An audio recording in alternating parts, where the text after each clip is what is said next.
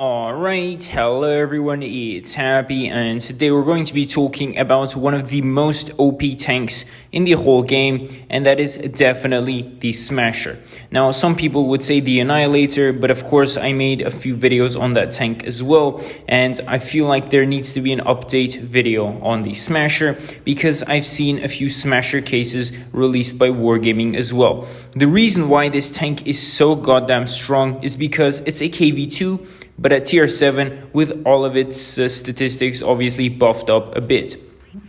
Now this tank is insanely strong, and the main reason is the HE shells with a very high penetration for tier 7. So basically you can run around and smack people into the sides, tier 8s and tier 7s into the side for 1,000. That's probably more than half of some people's HP at tier 8. And for some tier 7s and some tier 8s, it's even worse because it's going to be completely one-shotting them. So that's the main reason as to why the Smasher is so strong. The mobility is also pretty decent on this thing, so it goes from point A to point B relatively quickly, and on top of that it has some decent armor, so you will be blocking some shots here and there, and it's not like this tank is pure cardboard when shooting at it. So with the combination of everything, and specifically the gun, this thing becomes monstrous. You play on the first or second line and you pretty much smack anyone up. If you can't penetrate a tier 8 heavy tank, you just load in heat and you do 500 something damage to him.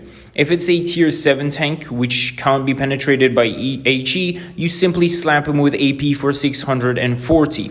Now, if this tank or the other tank is looking towards you with his side, for example, or with his rear, then you can simply throw in an HE and it will do 800, maybe 1,000 if you're lucky enough with the roll, but you're still going to be doing humongous amounts of damage for tier 7.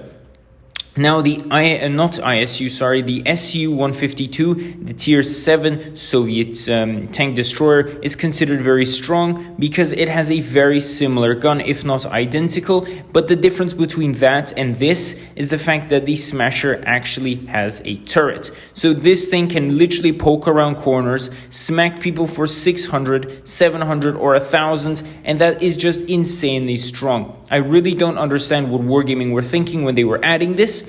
Sure, they can make a mistake and add a tank like this, but why do you keep selling this tank over and over again? Because I see Wargaming selling this tank for keys or loot boxes sometimes, and it just frustrates me. I feel super bad for the newer players who have to endure the KV2 on steroids game after game, especially if they're in a light or heavy tank. So tell me what you guys think about this tank in the comment section below, and with that, Happy is out, and I'll see you guys next time. Bye bye.